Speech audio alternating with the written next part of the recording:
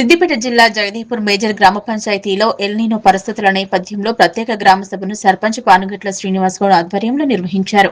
ఈ కార్యక్రమంలో మండల వ్యవసాయాధికారి రైతులకు ఎల్నినో ప్రభావం కారణంగా వరి సాగు విస్తీర్ణాన్ని తగ్గించి వాతావరణ పరిస్థితులకు అనుగుణంగా చిరుధాన్యాలు, పప్పుధాన్యాలు, నూనె గింజలు పంటలు, కూరగాయలు మరియు ఆయిల్ ఫామ్ సాగు వైపు మళ్లించాలని సూచించారు.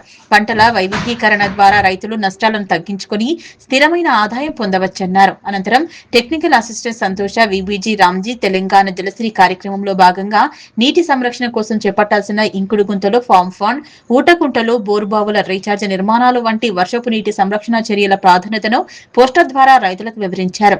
గ్రామంలో వర్షపు నీటిని ఒడిసిపట్టి భూగర్భ జలాలను పెంపొందించడం ద్వారా ఎల్నినో ప్రభావాన్ని తగ్గించవచ్చన్నారు. పశు వైద్యురాలు డాక్టర్ శ్వేత ఎల్నినో పరిస్థితుల్లో పశువులకు తగిన మేత నిల్వ, పశు ఆరోగ్య సంరక్షణ, వ్యాధుల నివారణ చర్యల గురించి రైతులకు అవగాహన కల్పించారు.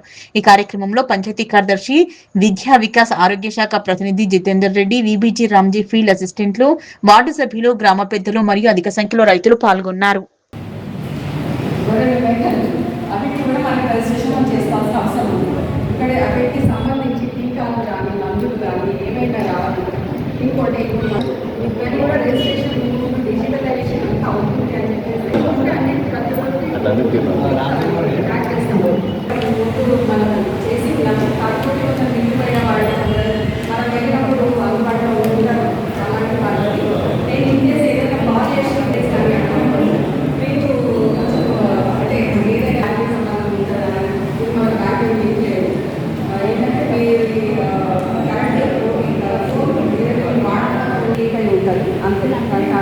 దానికి సంబంధం ఉంటుంది.